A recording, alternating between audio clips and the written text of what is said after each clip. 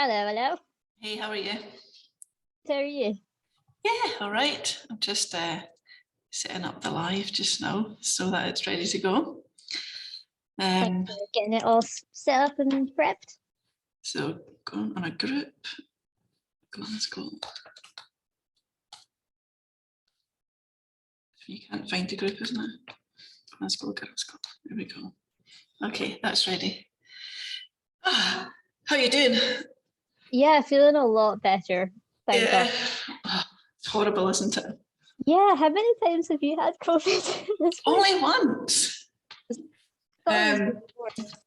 No, like Eddie had it and Molly had it at different times. Oh, here's Dawn.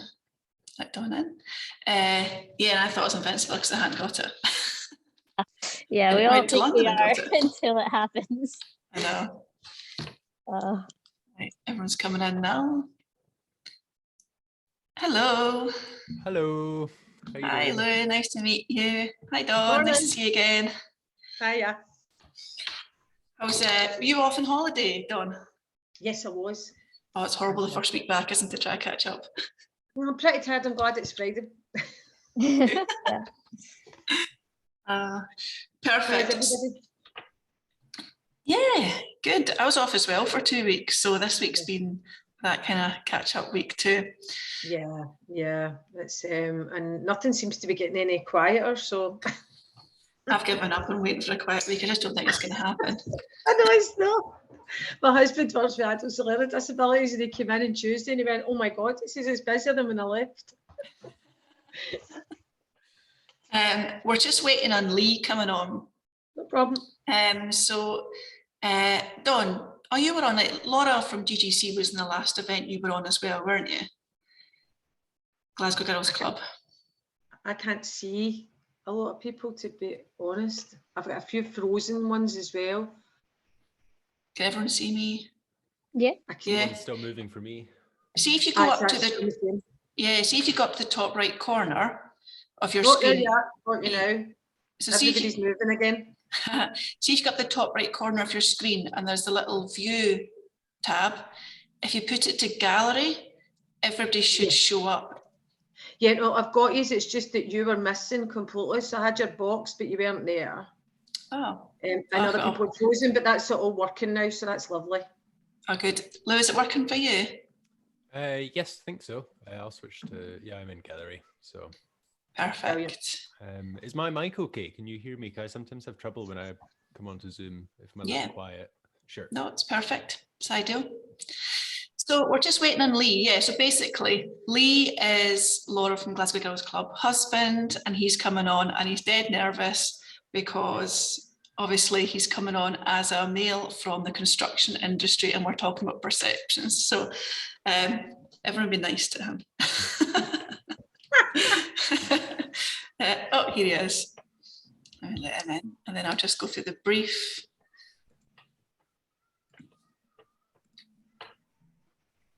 Hi, Lee. Oh, he's connected.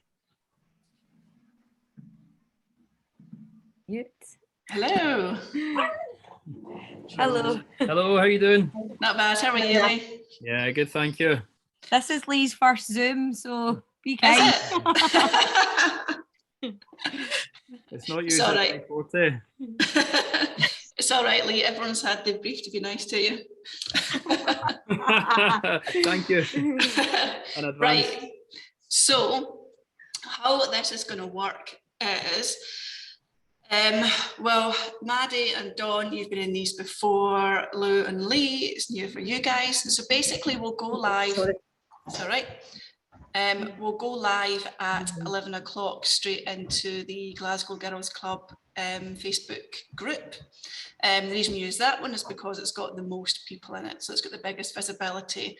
And afterwards, we'll download it and put in all the YouTubes and all the other platforms as well, and we'll send all you guys a copy in case you want to share it too.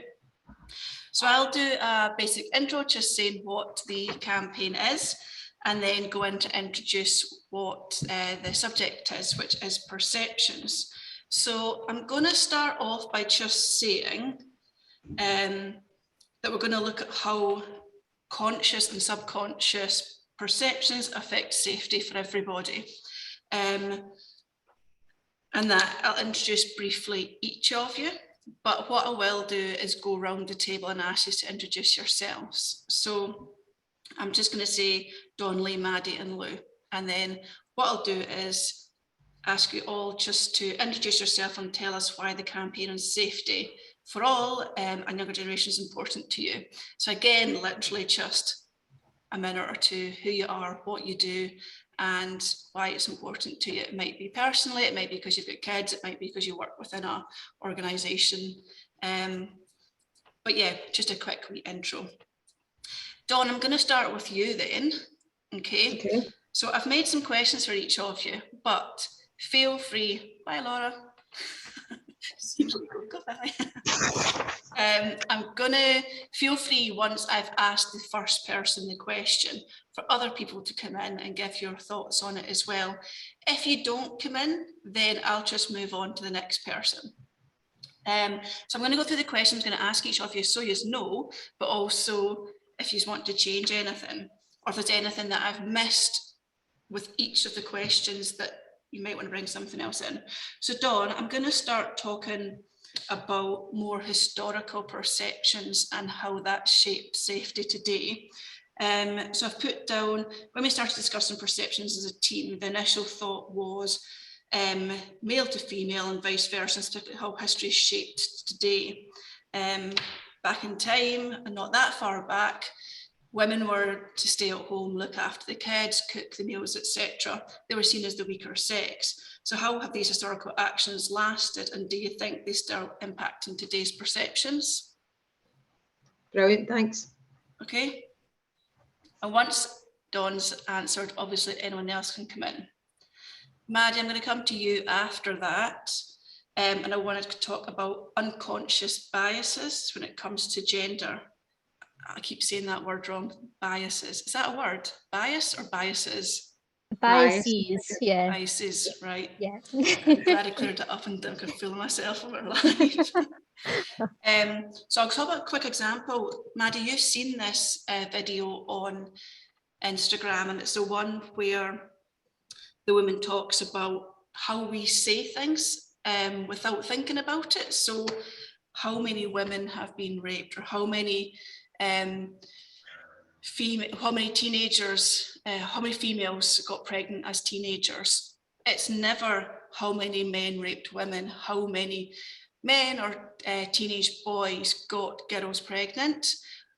So it's just the way we say it. It's that passive voice takes the focus off men. So thinking about that and about gender in general, how do you feel this relates to safety today and that unconscious bias that we have?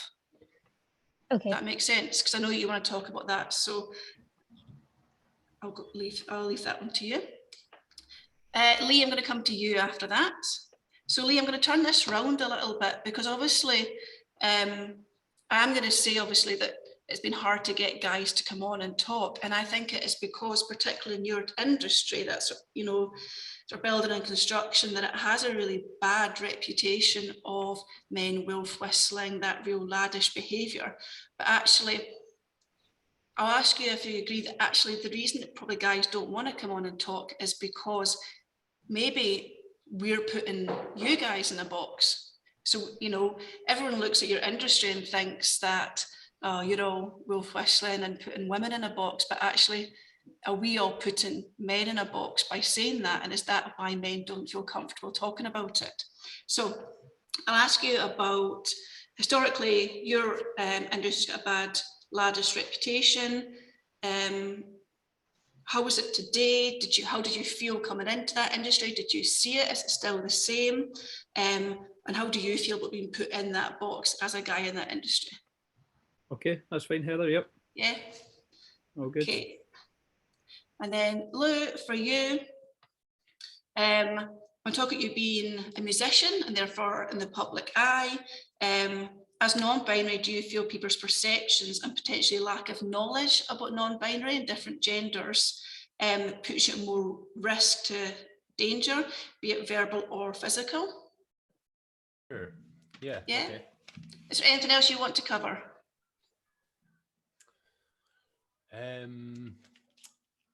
No specific questions off the top of my head, but I'll see what comes to Did mind. you when we maybe, get there. sorry to say this, you don't have to talk about it, Lou, but did you maybe want to talk about like legal recognition for non-binary talking people? about legislation and stuff. Okay, Yeah, so like legal protections. I'll probably incorporate that into my answer though. If you Yeah. want to segue from there, Maddie, we can. Cool. So I'll put a wee note, the legal protections. And if I don't bring that into the question, then just talk about it. So these questions are really just to get you guys going, but feel free to add in stuff. It's the more discussion it is, the easier for me. Yeah. And then I will do a quick round. If we've got time, I'll go round the table just asking, what do you think, what changes do you think that needs to be made to people's perceptions to make people safer? But if I don't have time, I'll go straight on to the what ifs. So obviously I'll give a quick bit about the campaign being called So What, but What If, and how that came from survivors. And, you know, what if we can make changes? What would you ask for? What would it be? So we'll go around the table, do the what ifs and end with that. So I may or may not get to the what changes need to be made. That might just incorporate into the what ifs at the end. And we will be finished at 12 o'clock sharp today, if not before. So we'll just come to a natural end. And please don't feel offended if I do move on to the next question, just so we found that if we stick to an hour, we get more views. If we go over it, we start losing views. Yeah. Okay, that's 11 o'clock. Does that all make sense to everybody? Yeah. Yeah. Can I just nip and fill up my water and I'll be back in Go like for 10 it. seconds. If anyone else needs water or juice or anything, crack on. Yeah, and I've just switched off my phone as well, so that's good. That's See it buzzing away in the background. Okay, I'm just going to open up Facebook on my phone so I can see that it goes live.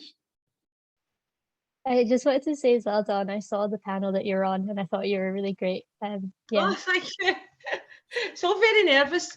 I don't mind doing it, but it's like the social media stuff's all a bit new for us, so it's. I know what you mean. Usually you're in a room. Yeah, for sure. Okay. Then I feel as if I'm in the world. The world is my room. You know, I don't know what's harder, actually doing it on here, not knowing who's watching, or actually being face to face with people. I think that's the biggie, isn't it? You're not sure, and it's the longitude of it, isn't it? Like I know. maybe somebody Right. watching it next week. I'm going to press the go live button. You should all see in the top left corner when we're live, but also I'll start talking. Well, the other thing is, if you lose signal or get disrupted, or there's noise in the background, just put yourself on mute if you need to. Otherwise, keep yourself off mute so you can all talk. And if you do get chucked off, just log off and log back in, and I promise to let you back in. Thank you. All right, let's go. To check I'm on the right page of my notes before we get going. Start halfway through my notes.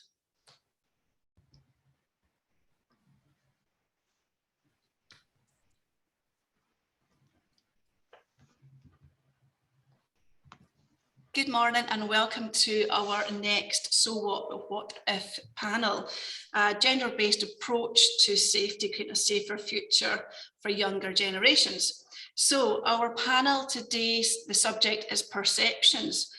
So we're going to look at how each of our perceptions do shape how safety is just now and how it's been shaped through history. And we're going to look at the conscious and the subconscious perceptions that we all have. We've got a good panel today. So we've got Maddie, Lee, Dawn and Lou. I'm pointing as if you can all have seen in the same places that I can. So it's great to have such a mix of people here. So to give people a quick, anyone that's watching that doesn't know what So What, but what if is, this is a campaign that has been created after a women's safety campaign we did last November with Thriving Survivors and Glasgow Girls Club and myself from One for Growth.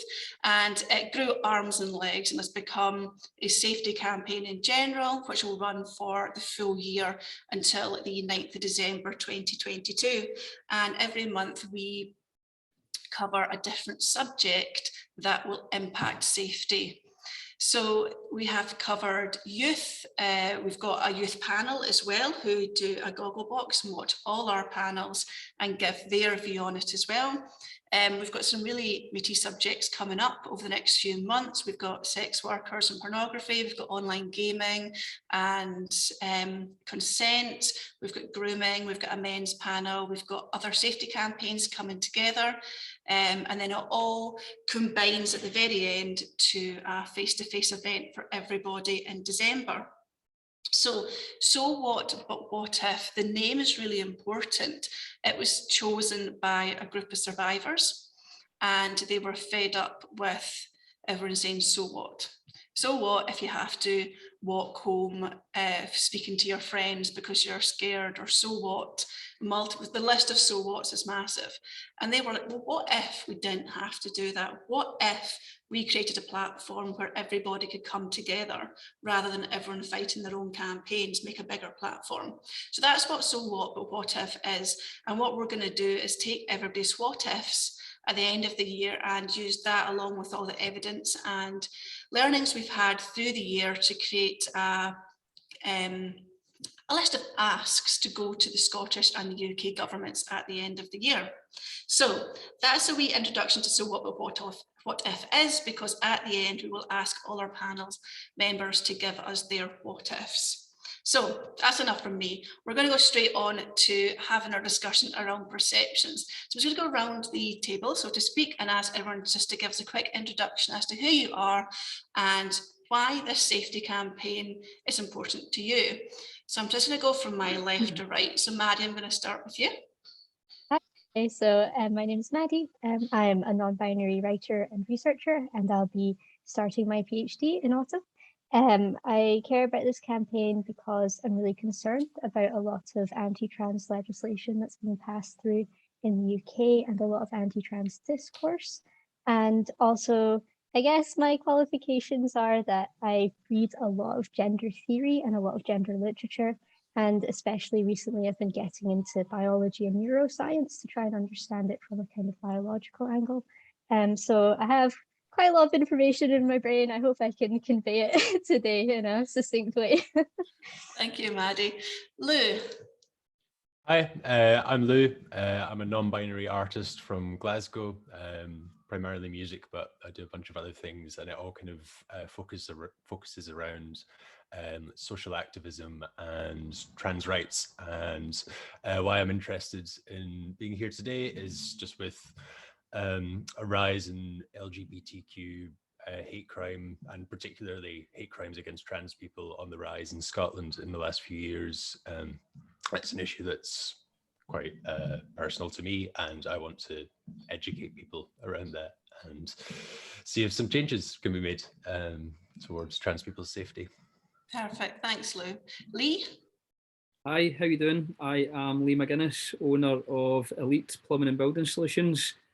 And the reason why I'm on this panel today is because I do feel as if my industry is very male dominated, and I think this perception and exercise has to change. And also, since the birth of my daughter 2 years ago, Bella Rose, I would also like to see things change for her going forward, to not get pushed into industries that she feels she has to be in, but might not necessarily want to be in, because at this moment in time, her two favourite things to do is to play on a digger and play on a tractor, and which are pretty much related to my industry. And I just don't want her to ever think that if that interest keeps up going forward, that she can't do what she wants to do, if that's what she wants to do.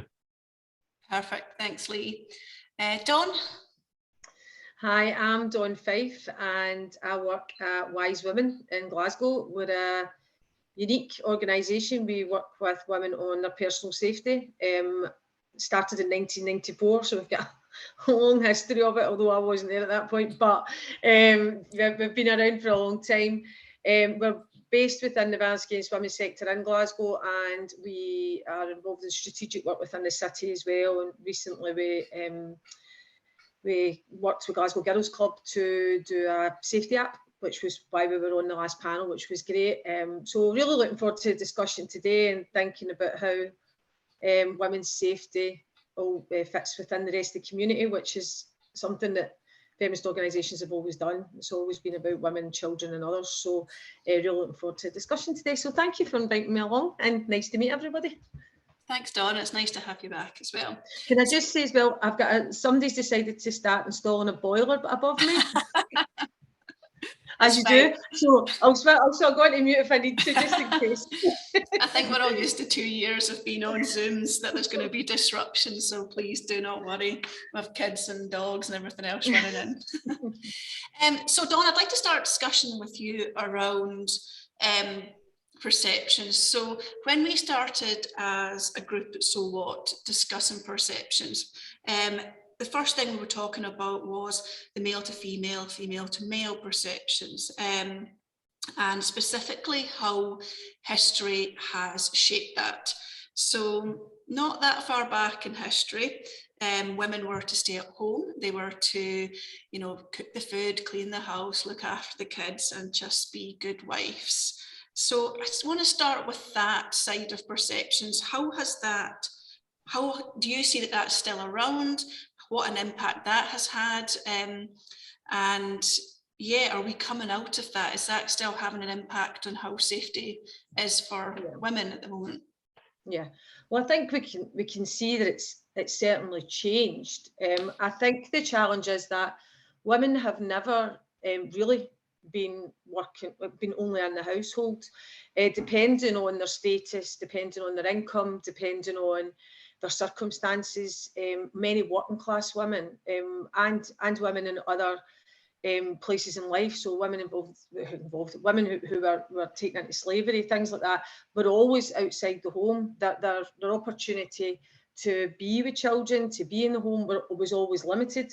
I think we have quite a, when we look back in history, the information we get is very much about a middle class experience, and that of working class people potentially striving for that, but also being told that's how they should live, and that's why they could never actually achieve that, because the structures weren't in place to allow them to achieve what was expected of women at that time.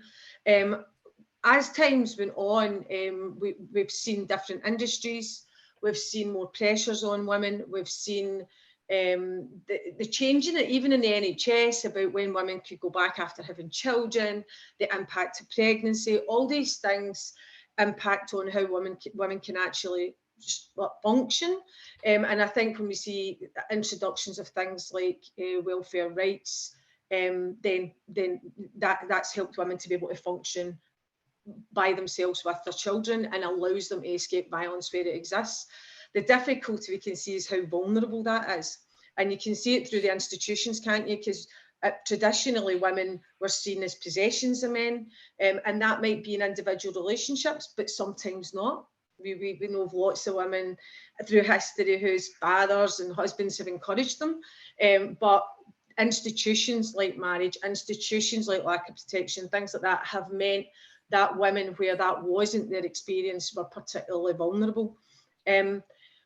We're in a new phase where women have more opportunities, depending on the circumstances, and you can see that where there's conflict. So, for example, in the Ukraine just now, you see a lot of conversation about sexual assault, rape.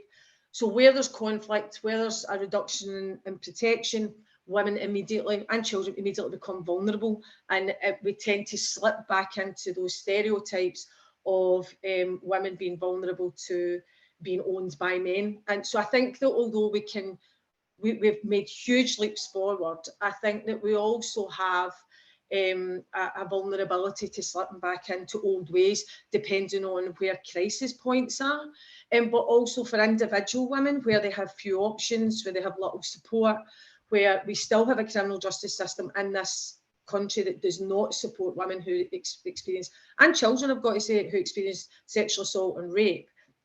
Domestic abuse slightly better, but they've been overrun to the extent that it's taken too long to get through the courts. So the criminal justice system is not able to protect women. So while you've got that, if you're an individual woman who's experiencing it, then you have very little opportunity to escape that, and very few places to go for protection. And as things like welfare rights changes, these other opportunities, then that also thwarts any opportunity to leave. And we can see that with women coming through the immigration system who have no recourse to public funds, particularly vulnerable, and makes it extremely difficult for them to escape violence.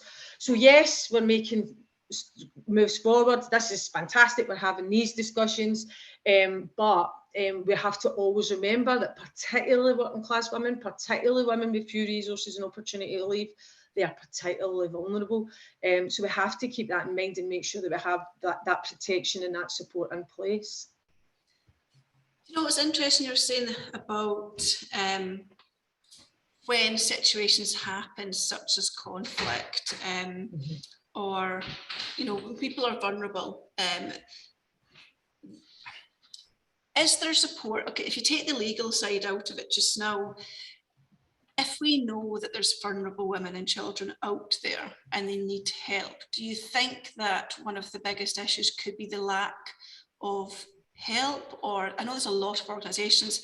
Is it hard to get that help? Is there enough support there?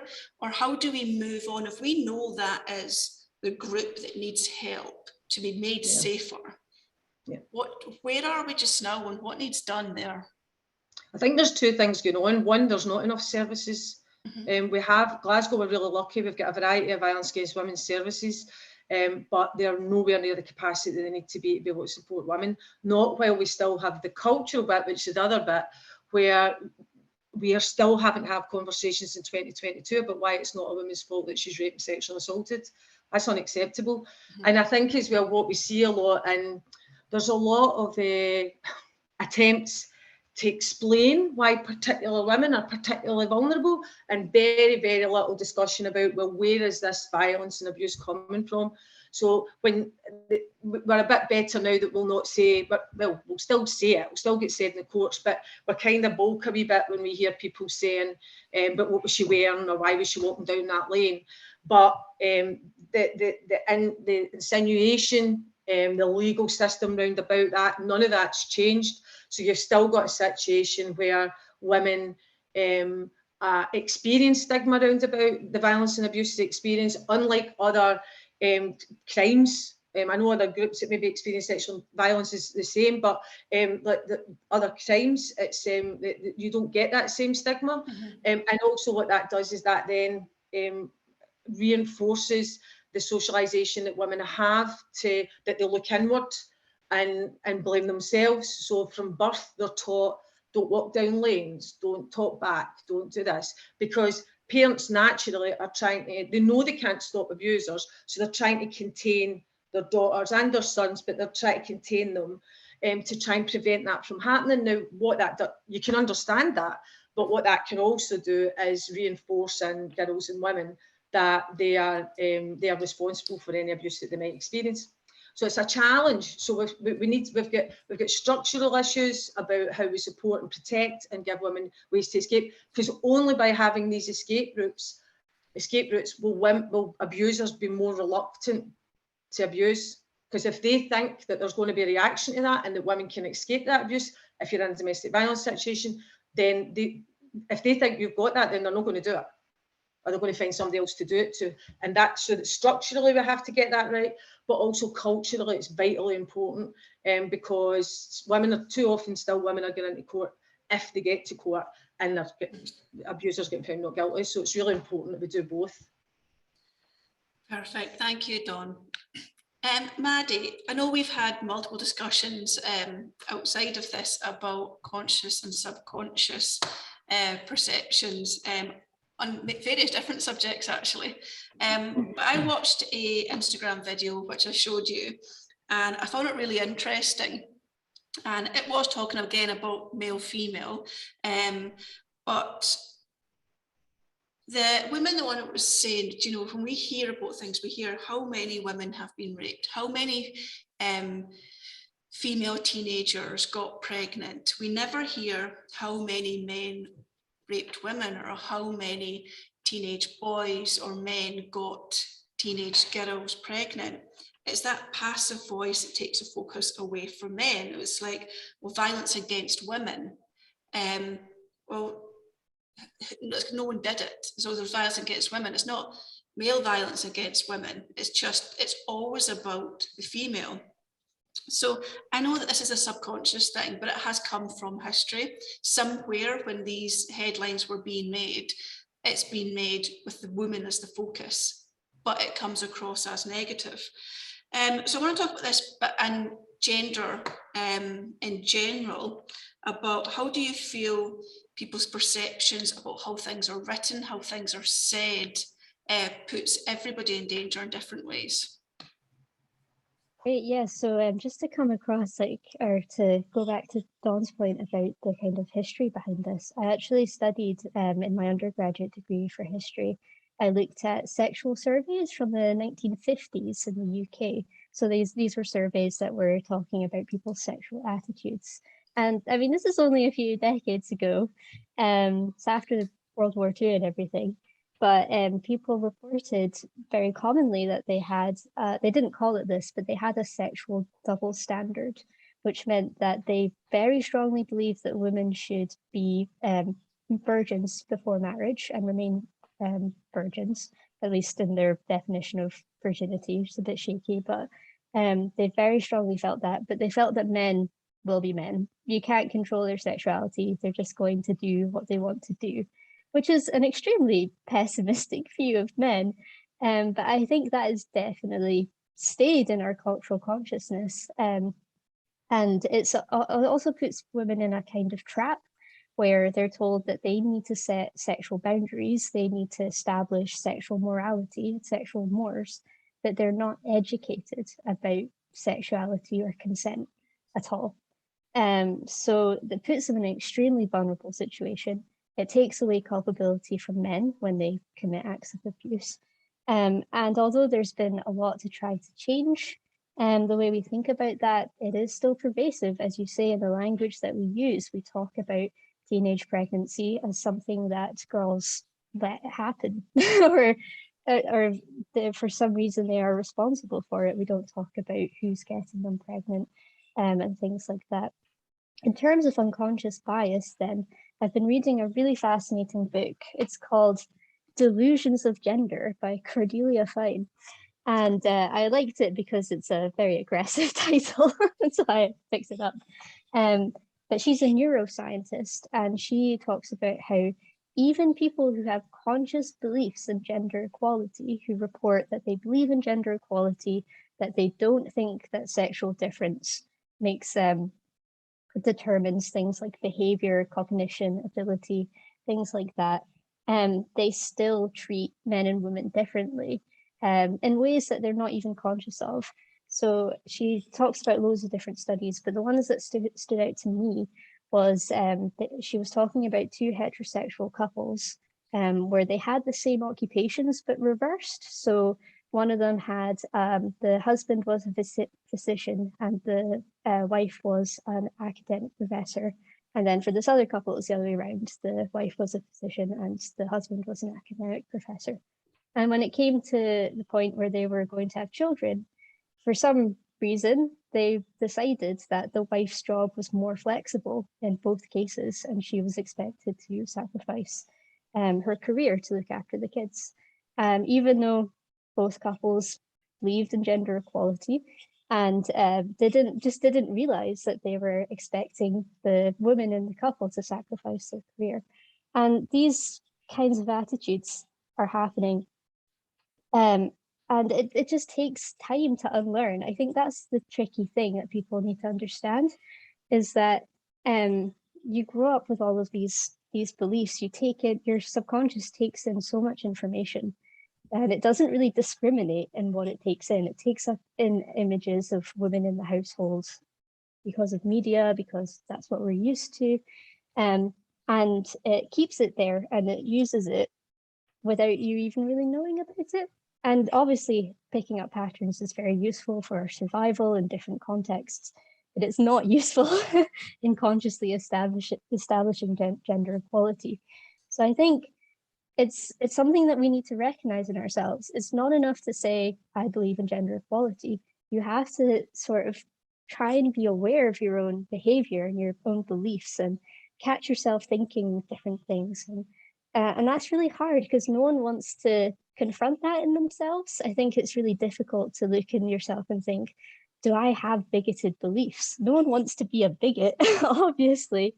But if we're going to kind of get deep in there, deep in our brains and unpick it, that's going to take a long time. The other thing I wanted to talk about in terms of unconscious bias, I definitely felt this growing up. I think in terms of safety, and especially safety in schools, I think we have very sexist attitudes towards school uniform in schools that enforce uniforms. And I think the onus is put on teenage girls to cover up, to not wear things that are too short and too revealing. And I understand that it's going to take effort to desexualize these bodies because female bodies are presented to us in sexualized ways all the time. And it might be uncomfortable. It might be uncomfortable to see a 13-year-old wearing very short shorts or whatever. It might make you feel a certain way, or it might make you think of something kind of sexual. But bodies are just bodies. It's a teenager's legs walk and do loads of things.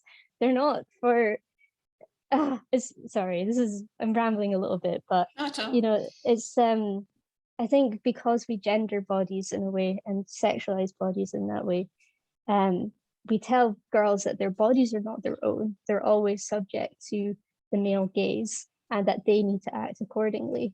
And I would really love to live in a world where that isn't a problem, because nudity is also a cultural thing. There are some places in the world where nudity is really normalized and it's not particularly sexual. So this kind of constant sexualization of female bodies is a problem. And it's definitely something that I feel as a non-binary person was quite liberating for me, because it meant that I could see my body as degendered, as desexualized. And I've definitely heard that from other non-binary people who were assigned female at birth, that this was kind of liberating for them. So I think certainly an effort to try to understand bodies outside of a binary of sex is going to be very useful as well, in terms of helping people who are assigned female at birth to feel safe in their bodies, definitely. Oh, perfect. Thanks, Maddie. Can I come in there? Sorry, Heather, just because I think Maddie's made some really good points, and I think one of the things from violence against women sector view is that we always said male violence against women, and there's institutional decisions that are made that change that language that at the time are challenged and at the time are debated, and it's not until later, after the language, after those in power have that opportunity to change that language, that you then discover that there's implications for that. So, for example, it was always male violence against women, then it moved to violence against women, and then it became gender-based violence, and that was a UN decision that was then integrated down into local authorities.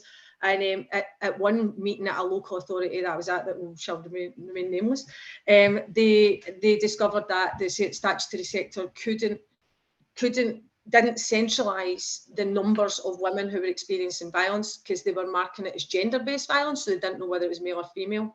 And that language change, and yeah, definitely we've all carried subconscious bias, but we also have to hold our institutions to account for how they change language, and also, as Maddie's talking about that, how they sexualise bodies. So while we've got pornography in the world and we've got external assaults on women's bodies in that sense, it's extremely difficult for individual women then to change that dialect, to change that language, to change that perception, because the pressure's coming in from the institutions and the structures round about.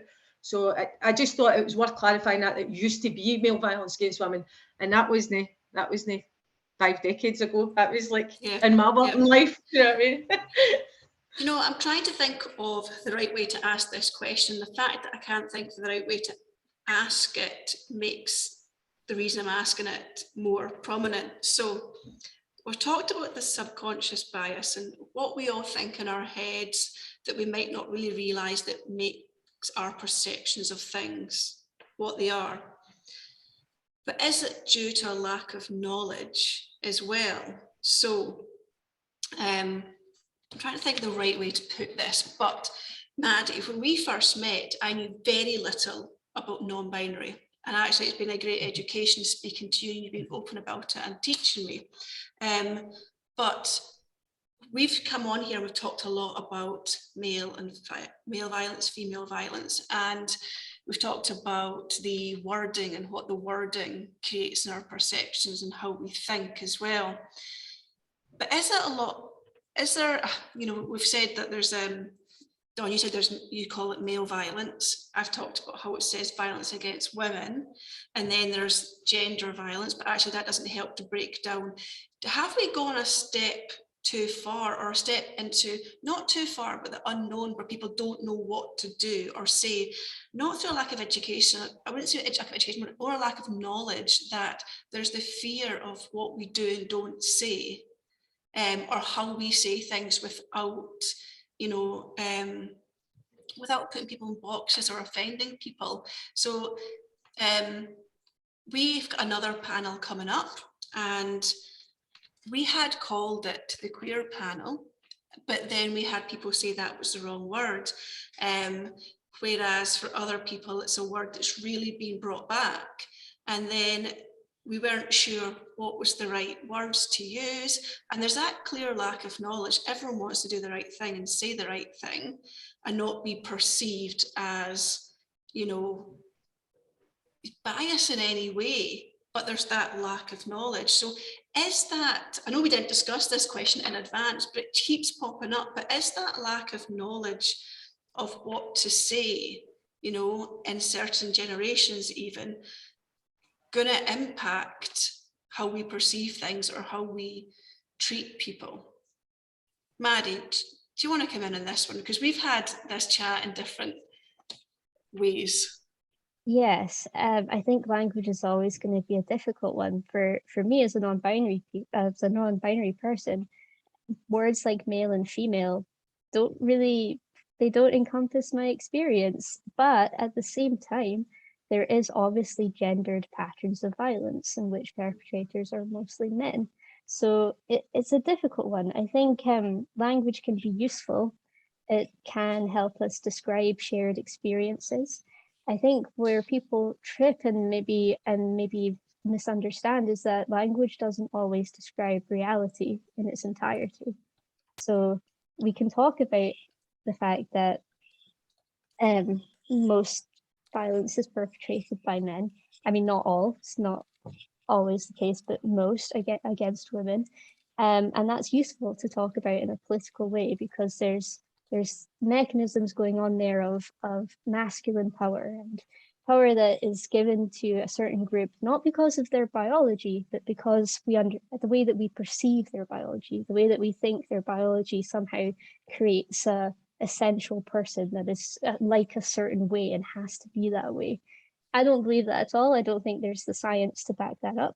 I think science is increasingly seeing bodies as dynamic things that change. This is a little bit off topic, but I wanted to bring it up at some point, so this might be the time. But I was chatting to someone who was talking about how women are just inherently maternal and more caring, so they're better at things like teaching and caring. But I actually learned through this book that basically if you, sorry, let me start this again. In the cases of rats, which is a very strange thing, but this is, you know, science likes to use rats for demonstrating things. Male rats play absolutely no role in paternity and raising their young. They basically just leave. As soon as the babies arrive, they go away. But if you put a male rat in a space with some babies, it will start to produce the hormone prolactin, which is the same hormone that female bodies produce during lactation. And they'll start to look after the young, because basically biology is not something that happens, that you're born with it and it manifests in a way that's completely deterministic. Your body reacts to external stimuli and your hormones change and and your behavior changes in reaction to these kinds of things. So, and it's the same with men as well. If men spend a lot of time bonding with their babies, they produce the same hormone, prolactin. So there is no reason to believe that women are inherently more maternal, or this is just part of their biology, because biology is constantly changing, and our biologies are constantly changing. Our bodies are dynamic and fluid. And I think that's also a good way to understand these gender differences. Men aren't inherently violent or aggressive, and we tend to think of that because of popular misunderstandings of testosterone, for example. But they're even like typically female fetuses treated with testosterone in the womb don't become more aggressive or show any more kind of male characteristics once they're born. This is something that Cordelia Fine talks about as well. So I think although language is useful to talk about patterns of behavior and identity in that way, it doesn't describe how people actually are in their entirety. And there is no reason to believe that men are inherently violent, are inherently aggressive. And we need to start talking about that in an honest way, and maybe even offer solutions for redemption and for rehabilitation. I know that's quite controversial, but I do not believe in this pessimistic narrative that men are this way and that's it. Yeah, thank you, Maddie, for my. Sorry, on you go, Lou. Yeah, just to tag onto that, like what we were saying earlier about like the feeling that parents have in protecting their kids about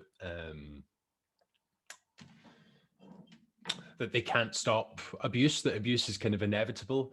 And I feel like this kind of ties into, that kind of wider belief that men are just inherently more violent or more aggressive or more likely to inflict abuse. And that's not biological, but it's learned behavior, and it's culturally learned, and the impetus should be on how do we educate people around abuse, and like how to identify what is an abusive tendency within yourself, regardless of your biology, because these things don't necessarily correlate. You're funneled that way.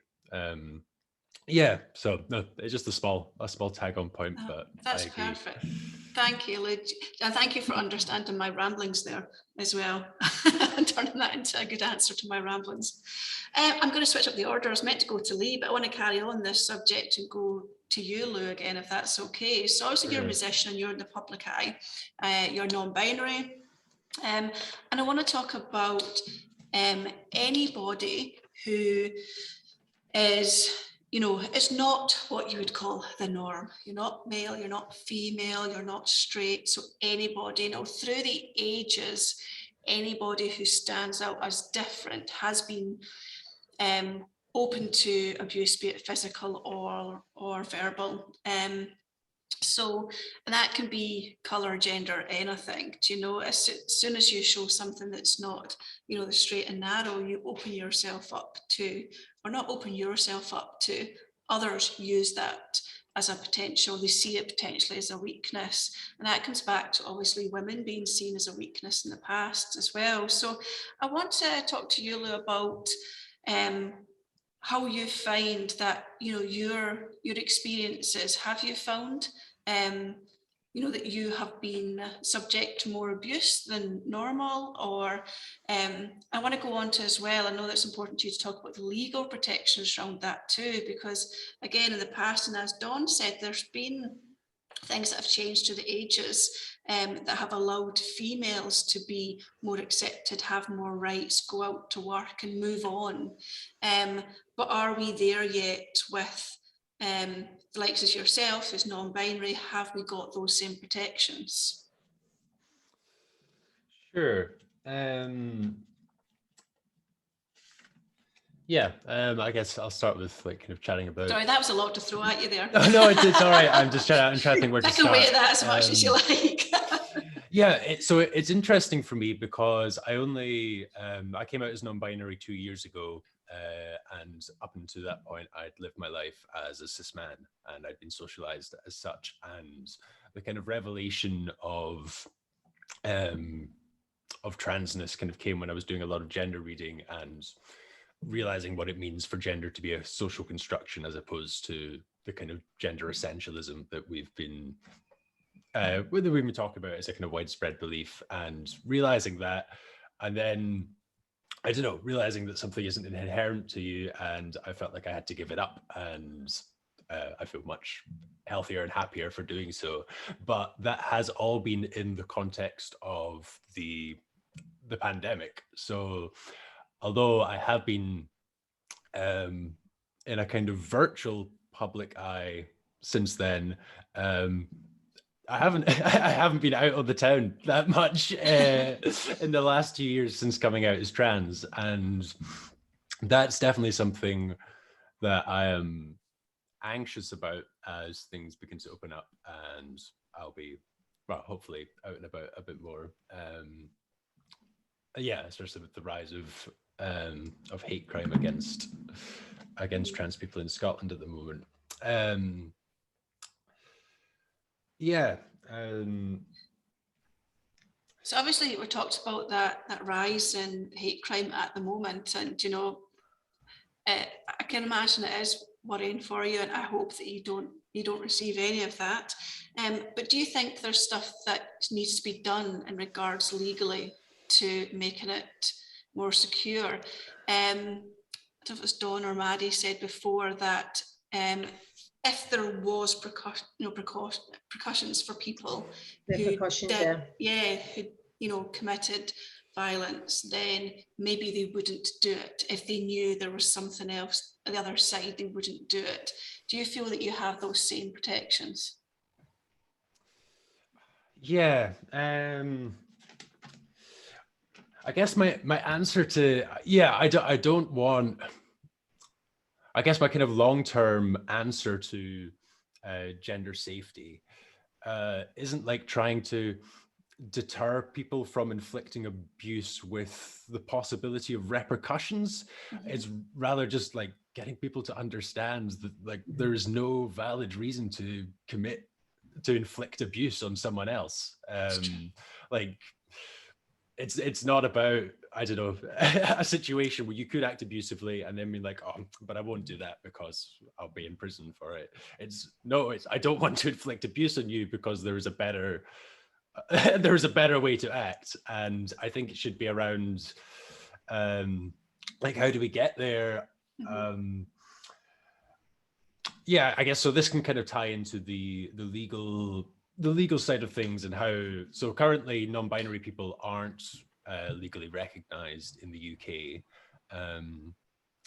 However, there's a few countries in the world that do what are called third gender passports.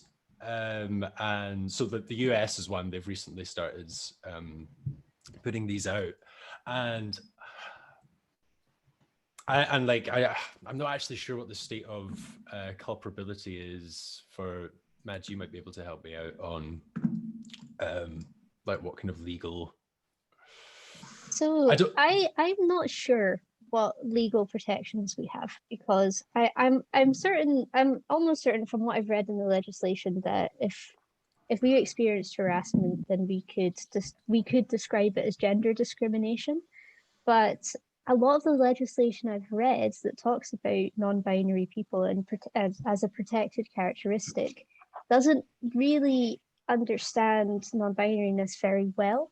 So they talk about it as a third gender or a third sex, or as a transitioning gender, or a kind of in-between sex. But it's not really what non-binariness is. Yeah. Like my body is, outwardly at least, quite typically female. I wouldn't describe my sex as in between. I mean, I don't know what my chromosomes are. I don't know what my hormones are. That's another story. And to be honest, it's not really any governing body's business anyhow. But non-binary gender is a social and political statement about how biological sex is constructed in a gendered way, and often a needlessly gendered way. So in terms of having like a third sex passport or third gender passport. I would like to know why it's pertinent to why I need to travel and why we need to give this information in the first place. Why, I mean, really, they're just asking you about your genitals, I suppose. That's but my why? yeah, that's my qualm with it, is that ultimately if me and you are to be recognized as citizens of wherever in a way that suits my how I feel about my body, it would be an identity where I'm not asked about my genitals, because I don't feel that that dictates any part of myself other than my genitals, which is irrelevant for them to know. So like the whole idea of them incorporating a kind of non-binary system would necessitate that for everyone, because it kind of calls it into question for everyone to kind of be like, oh, why do they need to know that? If we're going to talk about undoing underlying sexism and ideas that sex maps onto gender, I don't know. I feel like the whole thing needs to be thrown out in order for a system to accept non-binariness in its fullness. If that makes sense. Can I just clarify? If you identify under transgender, you should be able to access hate crime legislation. Now that's still in the process of going through, but there is already stuff in place. So I'm just conscious if people are watching this, you can report any assault on you based on your transgender, or any verbal attack, or any threat, or through the hate crime legislation. At this point, we're still waiting on that legislation for women. What I would also say as well is that it's just a great conversation, because this is big. I'm sitting here and I'm going, 100 years we've been trying to get Mr. and Mrs. and male and female off applications for jobs. Do you know what I mean? It's like this is the same argument that women and feminists have been having for years, which is good, because we're going into this new place, and how we work together with that and think about that, I think, is really important. But it's back to what you were saying, Maddie. The individual experience, the individual reality, and the patterns of behaviour that we see in society, I think we have to find ways to balance that, so that as an individual we can be who we want to be and we can be protected, but also that as a society we can recognise where there is oppression. And this is about all groups, and I'm dead consciously sitting there because I'm dying to hear, because I think that because I think that the oppression that men in working class positions and professions experience is often lost, because we don't. I mean, Maddie, you were talking about gender as a protected characteristic. It doesn't even have that status.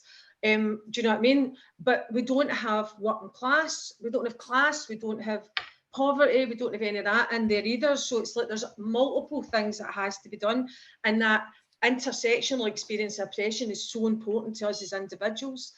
So yes, we need to change culture. Yes, we need to have conversations.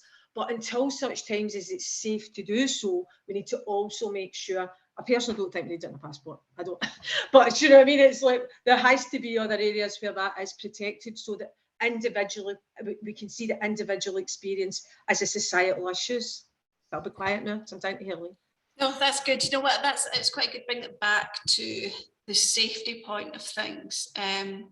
So yeah, so there is legal protection there. Yeah. People can, whatever crime there is, it can be reported.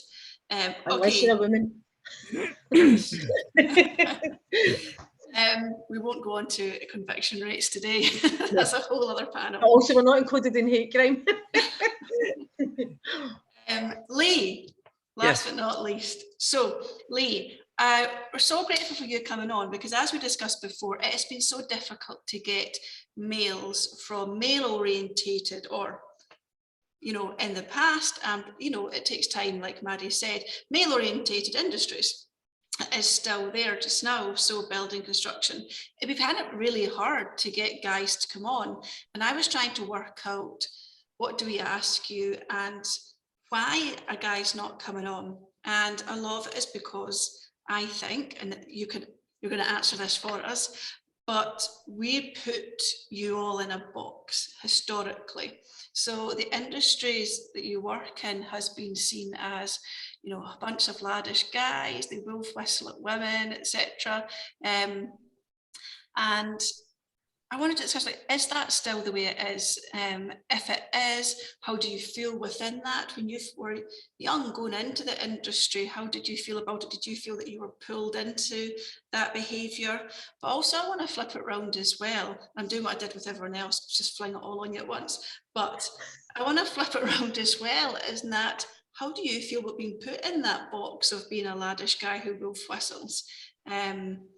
And I know obviously it's important to you, this subject, because of the Bella Rose as well. So, do you know, if that is the way it is, then how is that going to affect the way things change for the younger generations, which is the main thing around this whole campaign?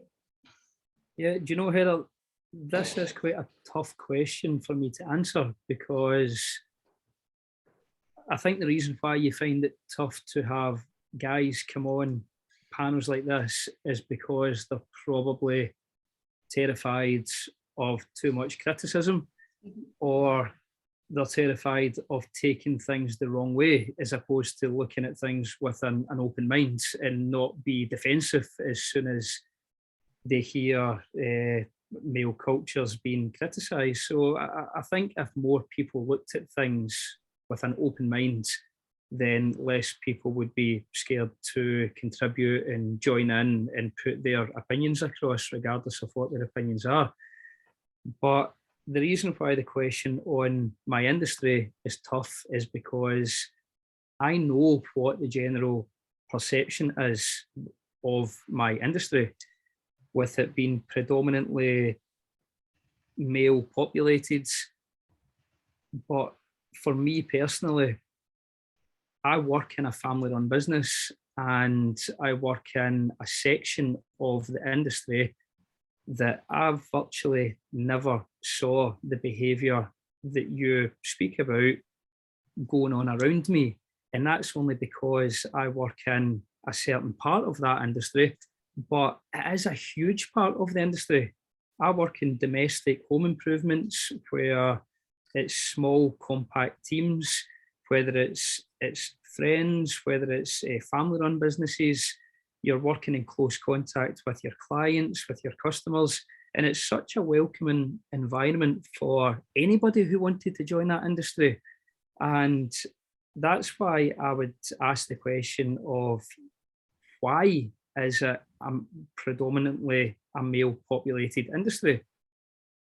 Perceptions of the industry in general would probably answer that question. But when you start to pick away at it and isolate different segments of the industry, then it should be more open, and it should be more populated by everyone and not just males. So it is quite tough for me to talk about the industry in general, but in terms of the part of the industry that I work in, I've never seen that behaviour, but yet I still don't have females, for talking sake, emailing me looking for job opportunities. I don't walk into the builders merchants and very rarely ever see a female working in a certain trade. When I served my apprenticeship, there wasn't any, it was all guys that was in my class. The 2 apprentices that I've got on my books at the moment, it's all guys that's in their classes as well. So I just want to know personally myself why there's the industry isn't more inclusive for everyone and not just males. Yep. I think you're right. I think maybe it comes back to that historical, you know, it's been seen in the past as a male industry, and it takes time to change things. I used to know a female who was a plumber, and she was so busy. She was so busy, and I was like, I wished I'd gone and done that, because she was so busy. Yeah, it was a complete eye-opener, and she was really trying to get more females into the industry. Do you think, Lee, I thought it was really interesting what you said at the start about the reason that men don't want to talk as they are, potentially scared of what what their action of others is going to be. Have you found that, I suppose there's talking about men policing other men, you know, it's in the industry, I know you're very lucky that you've not seen that, but guys guys in general, maybe in certain subjects, do you find that if you want to have, you know, an opinion, like I want females in this industry, I'm going to go and promote and get females into my industry, whereas the more laddish guys that people have that perception of, would you worry that you wouldn't be able to speak up because I think there's a lot of males don't want to speak up because of what other males would say? Yeah, I think that's probably the main reason, Heather. Yeah. And I'm not outspoken in a kind of abrupt way. I like to be outspoken. If I do feel strongly about something, then I'll speak about it. And around this subject that we're talking about, what makes me feel even stronger about that is because I now have a daughter. So I look at how things happen round about me in my industry. I listen to a lot of radio, and I listen to campaigns like Strut Safe and Sabina Project, which gets quite a lot of recognition and pedestals on radio. And yeah, I think that a lot of males are terrified to give their honest opinion and speak up about certain things in case other people then have an opinion of them. Yeah. And like I said, the more people that feel kind of liberated to give an honest opinion about something, then I think the more things can change. But I do think that companies are trying to change in the construction industry. A lot of companies out there, since I started working in the industry, I do see them taking on a lot of females on their books. And that's just through reading different things, watching different things. But I still don't think it's enough because I don't see enough within my industry myself.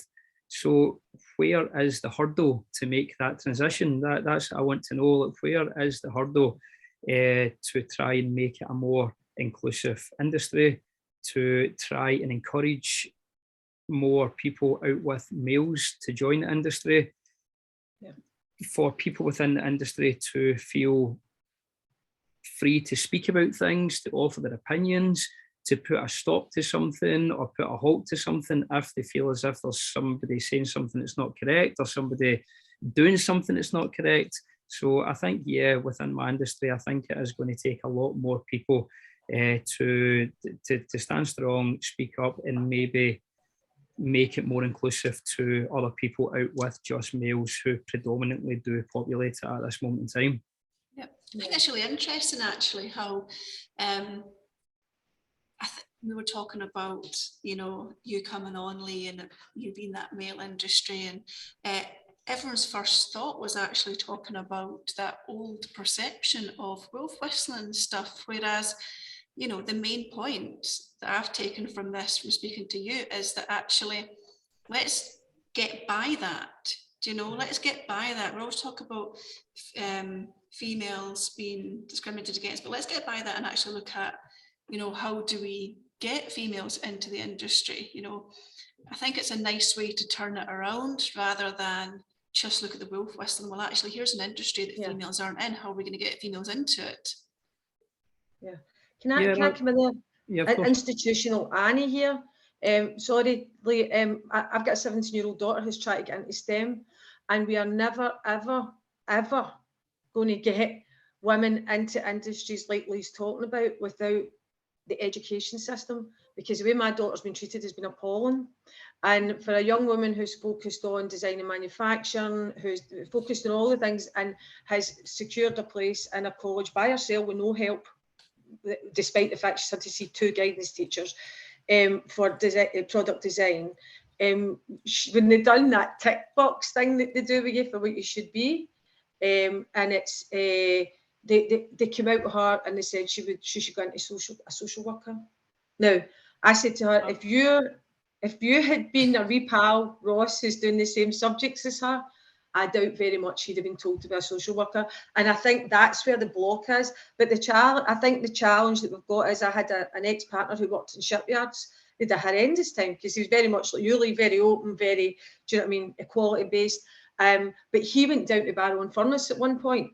And years ago in Barrow-in-Furness, they brought people down from Scotland because they didn't have enough people to do the trades. So there was a lot of women down there. And he says the difference in the shipyard was unbelievable. There was no swearing.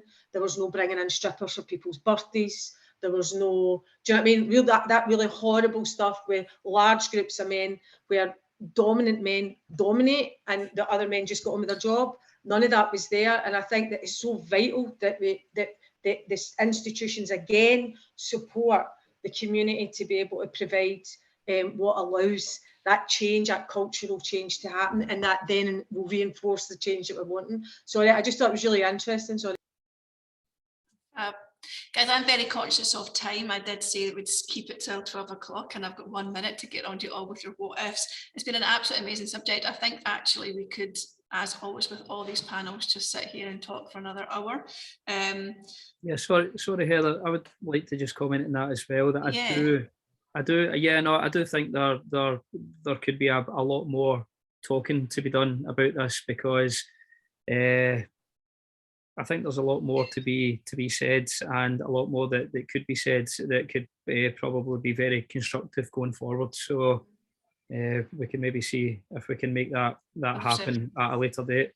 Definitely. I think we, like all these panels, we start conversations, and unless we can all sit on the table for the rest of the day, we never quite finish. I mean, that was the purpose in this campaign. When we did that one panel in November, there wasn't enough time to discuss it, and it has become quite apparent even a year is not enough time to discuss it.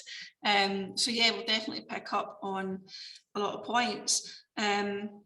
So I want to go around the table and going back to this so what but what if. We've talked about a lot of the so what's today, and I want to ask you all individually, what would be your what if you could change something around perceptions or safety in general? What would it be? So, Maddie. So, yeah, I just wanted to say very quickly, I don't have an answer as to why male socialization so often involves degrading women, but what I do know is that masculinity can be whatever we want it to be. It is not determined by biology at all. So my what if is, what if we let go of biological determinism regarding sex and gender? Thank you, Maddie. Dawn? I've got 1,000,001 running through my head, but because I'm here from Wise Women, I'm going to say we're going through massive change just now. What if we put women's safety at the centre of that? And that would mean safer communities for all. Perfect. Lou? Yeah, I guess just kind of to reiterate some stuff that came up earlier, but what if we stop making it mandatory asking for people's sex and for titles as well, like we said, Mr. and Mrs., because that is effectively the same thing. What people are really asking is, what are your genitals? And I don't think that's an appropriate question. So that's my what if. Lee, last but not least. Yeah, thanks, Heather. So my what if is based around my own thoughts on this, and also to hopefully fiercely protect my daughter going forward in her career, whatever she decides to do. So what if there were no gender dominated industries? I really like that one. Okay, thank you so much to all the panelists. Do you know, every time we come on these, I get really annoyed when it gets to the finishing time because I've got more questions, and I always make about 2 or 3 pages of notes to prep for it, and then have 2 or 3 pages of questions after.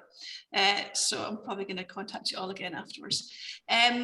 Just for everyone that's watching, thank you so much. I think what has become quite apparent from this conversation is that the conversation needs to happen, and the more the conversation happens, the more people that have the conversation, the quicker things will change.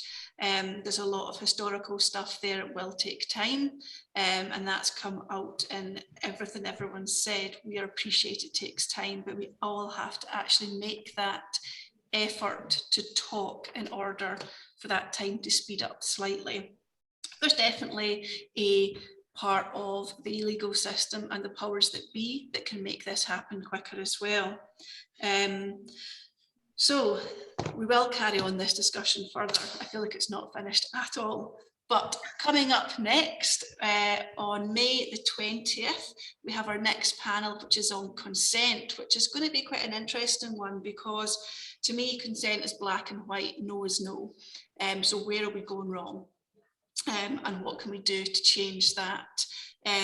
So that's an interesting coming one up, and in the next couple of weeks we will be releasing the panelists for that. On the 17th of June, we've got online dangers and grooming, and then into July, sex workers and pornography. So some really meaty subjects coming up, some more great panels. And our one ask from all of you is to share your what ifs with us on social. It can be in One for Growth, it can be in Glasgow Girls Club, So What, or Thriving Survivors. If you've got anything you want to share with us, any stories, or any, want to be a panel that we mentioned, please do get in touch. But most of all, have the discussions and share this discussion, and let's see if we can speed up the time part of this conversation. Thank you so much, everybody. Thanks so much, everyone. Thank you, Heather. Yes, Thank thanks, guys. you. Right. Bye.